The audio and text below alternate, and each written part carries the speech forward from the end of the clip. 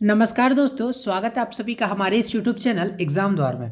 तो दोस्तों, JAC board class 10th के जितने भी विद्यार्थी हैं जिनका मैथमेटिक्स का एग्ज़ाम होने वाला है, उनके लिए यह वीडियो काफ़ी ज़्यादा इंपॉर्टेंट है क्योंकि दोस्तों इस वीडियो की मदद से आप सभी को 5 नंबर एकदम फिक्स हो जाने वाला है। ठीक है, जो क्वेश्चन दे रहा हूँ सेम टू सेम वही क्वेश्चन पूछा जाने वाला है। ठीक है, 5 नंबर जो वो फिक्स मिलने वाला है एकदम इस वीडियो से। तो वीडियो को कहीं पे स्किप मत करना। और जो चैनल पर पहली बार विजिट कर रहे हो, चैनल आप सभी के लिए काफ़ी ज़्यादा इंपॉर्टेंट है। ठीक है, तो चैनल को सब्सक्राइब करने के साथ साथ बेल के आइकन को प्रेस करके रखना, ताकि जब भी वीडियो जो है वो अपलोड किया जाए इस चैनल पे तो नोटिफिकेशन जो है वो सबसे पहले आप तक पहुंच जाए। तो चैनल को सब्सक्राइब करके रखना, साथ ही बेल के आइकन को प्रेस करके रखना। ठीक है, और कमेंट डाउन करके बताना यदि किसी भी क्वेश्चन पे डाउट है या फिर जो भी चीज़ है, सारा डाउट्स क्लियर कर लेना। और आई होप कि आप सभी का एग्जाम जो है वो अच्छा जाएगा। तो चलिए बिना देरी करते हुए वीडियो को स्टार्ट करते हैं और चलते हैं क्वेश्चन की तरफ। तो दोस्तों, जैसा कि आप सभी देख सकते हो, ये जो है आप सभी का ट्रायंगल से एक क्वेश्चन है, थ्योरम वाला। तो दोस्तों सेम टू सेम इसी तरह क्वेश्चन पूछा जाएगा और आप सभी का इसमें से 5 मार्क्स क्लियर मिलने वाला है। तो क्वेश्चन कह रहा है कि सिद्ध करें कि एक समतल त्रिभुज के कर्ण के वर्ग का शेष दो भुजाओं के वर्गों के योग का बराबर होता है। क्या बोल रहा है कि सिद्ध करें कि एक समतल त्रिभुज में कर्ण का वर्ग शेष दो भुजाओं के वर्गों के योग के बराबर होता है। ठीक है, यानी कि जो क्या बोल रहा है, ये एक त्रिभुज है। ठीक है, इसमें जो इसका जो वर्ग है, ठीक है, ये जो इसका हाइपोटेनियस है, कर्ण है, इसका वर्ग है, इसके बेस और परपेंडिकुलर ये दोनों के वर्ग के बराबर होगा। यानी कि यदि इसका वर्ग मान के चलिए 4 है और इसका वर्ग भी 4 है, यानी कि इसका स्क्वायर 4 है, इसका स्क्वायर 4 है, तो जो इसका स्क्वायर हो जाएगा वो आप सभी का 4 और 4 8 हो जाएगा। ठीक है, यानी कि ये अकेले एक साइड, ये जो है वो अकेले 100%।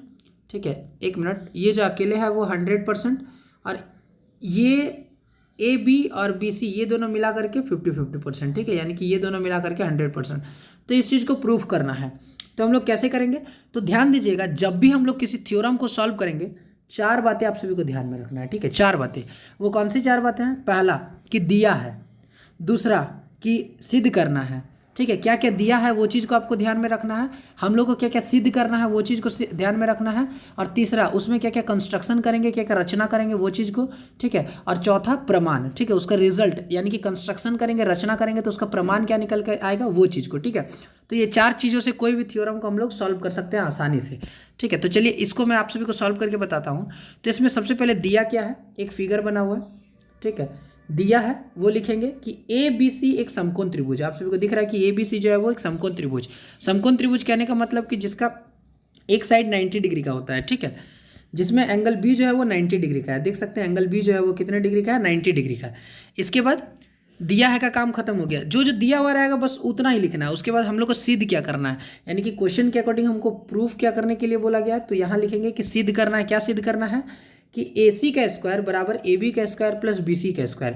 कहने का मतलब क्या है, जिस तरह से मैंने अभी आप सभी को बताया कि ये अकेले एक साइड और ये दोनों मिल के एक साइड होना चाहिए। ठीक है, तो वही चीज़ करना है कि ए सी का स्क्वायर यानी कि इसका वर्ग और ए बी और बी सी का वर्ग दोनों बराबर होना चाहिए। ये चीज़ को हमको सिद्ध करना है।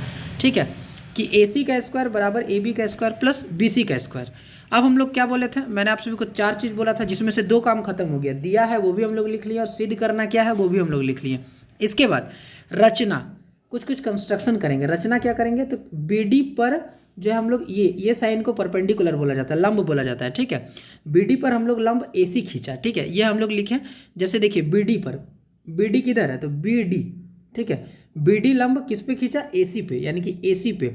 इस पे जो है ए और सी पे एक जो है वो परपेंडिकुलर हम लोग खींचे, जिसका नाम क्या रखें, तो जिसका हम लोग नाम रखें बी और डी। ठीक है, तो ये हम लोग परपेंडिकुलर खींचे, बस इतना ही हम लोग रचना करें। ठीक है, इसके बाद हम लोग का रिजल्ट क्या निकला, प्रमाण। प्रमाण जो निकला वो क्या निकला कि त्रिभुज ए बी सी एवं ए बी डी में, पहले हम लोग कौन कौन से त्रिभुज को देखेंगे। देखिए, अब जब हम लोग यहाँ पे लंब खींचते हैं तो ये 2 त्रिभुज में बढ़ जाता है, एक ये त्रिभुज एक ये त्रिभुज। ठीक है, तो सबसे पहले हम लोग त्रिभुज ए बी सी और ए बी डी में देखेंगे कौन कौन से त्रिभुज, ए बी सी इस वाले त्रिभुज पे देखेंगे और ए बी डी यानी कि इस वाले त्रिभुज पे देखेंगे। ठीक है, तो इस पे हम सभी को क्या देखने को मिल रहा है कि ए बी सी बराबर ए बी डी। ठीक है, ए बी सी बराबर ए डी बी 90 डिग्री का। देखिए ए बी सी जो होगा ना वो बराबर होगा किसका, ए डी बी का। ठीक है, ये कौन और ये त्रिभुज और ये त्रिभुज दोनों बराबर होगा, इसलिए होगा क्योंकि देखिए ए बी सी में भी एंगल बी जो है वो 90 डिग्री का है। ठीक है, और ABD में भी ADB में भी एंगल D जो है वो 90 डिग्री का है। ठीक है, तो इसलिए हम लोग लिख देंगे कि ये जो बराबर है वो 90 डिग्री से है। क्लियर हो गया। अब क्या लिखेंगे कि एंगल A बराबर एंगल A। ठीक है, एंगल A बराबर एंगल A, यानी कि इधर साइड भी आप सभी देख सकते हैं एंगल A जितना डिग्री का यहाँ होगा, ABC का यदि हम लोग बात करें तो इसमें एंगल A का वैल्यू जितना होगा ADB में भी क्या होगा, एंगल A का वैल्यू भी उतना ही होगा। ठीक है, तो इसलिए एंगल A बराबर एंगल A। ठीक है, एक एंगल हम लोग को मिल गया। उसके बाद इससे हम लोग को क्या प्रूफ क्या हो गया कि ABC जो है वो समरूप है। ठीक है, समरूप है ADB के, सॉरी ABD के। ABC जो है वो, सॉरी ABC जो है वो किसका है, समरूप है, किसके, ADB के। ठीक है, ये दोनों जो है वो आपस में समरूप है, यानी कि सिमिलर है। आगे क्या करना है, इसलिए हम लोग क्या लिखे कि AB by AD is equal to AC by AB। ये दोनों को AB बाई AD, ठीक है, AB बाई AD इसको एक रेशियो में ले लिए। उसके बाद AC by AB, AC by AB इन दोनों की एक रेशियो में ले लिए। ठीक है, उसके बाद इसका इक्वेशन हम लोग सॉल्व किए तो देख सकते हैं AB को यहाँ क्रॉस मल्टीप्लाई कर देंगे। AB को AB से मल्टीप्लाई किए तो AB स्क्वायर हो गया। ठीक है, और AC को AD से मल्टीप्लाई किए तो AC इंटू AD हो गया। अब इसको हम लोग समीकरण 1 मान लेंगे। ठीक है, थ्योरम इसी तरह से बनता है।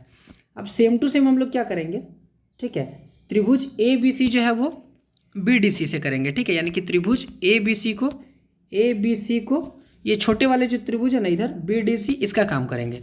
तो इसमें क्या हो जाएगा कि BC सेम टू सेम जिस तरह से इसमें हम लोग रेशियो में बनाए थे AB बाई AD और AC बाई AB की, सेम टू सेम नीचे भी क्या हो जाएगा कि BC बाई CD और AC बाई BC। अब देखिए इन दोनों को भी क्रॉस मल्टीप्लाई हो जाएगा। तो जब हम लोग क्या करेंगे कि BC को BC से मल्टीप्लाई करेंगे तो BC का स्क्वायर आ जाएगा।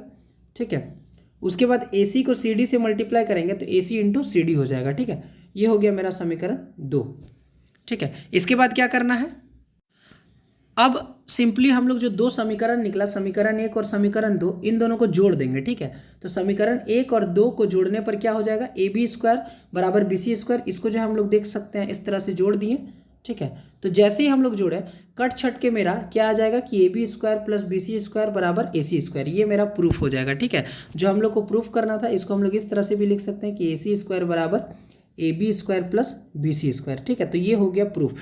तो सेम टू सेम आप सभी का थ्योरम पूछेगा 5 मार्क्स का। ठीक है, 6 चैप्टर से जो ट्रायंगल है उसमें एक थ्योरम पूछेगा 5 मार्क्स का, ये मेरी गारंटी है। ठीक है, तो आप लोग जो है जितना सारा थ्योरम है, 3-4 थ्योरम है, आप सभी जो है उसको क्लियर कर लेना। ठीक है, तो बस इसी तरह का वीडियो यदि आप सभी को चाहिए तो कमेंट डाउन करके बताओ। जितना सारा वीडियो डाल रहा हूँ कंफर्म है कि उसी टाइप का क्वेश्चन पूछेगा 5-5 मार्क्स का। ठीक है, तो और किस तरह का वीडियो चाहिए कमेंट डाउन करके बताना। तो मिलते हैं जल्दी के नेक्स्ट वीडियो में, तब तक के लिए bye bye, take care. Channel को सब्सक्राइब करके जाना।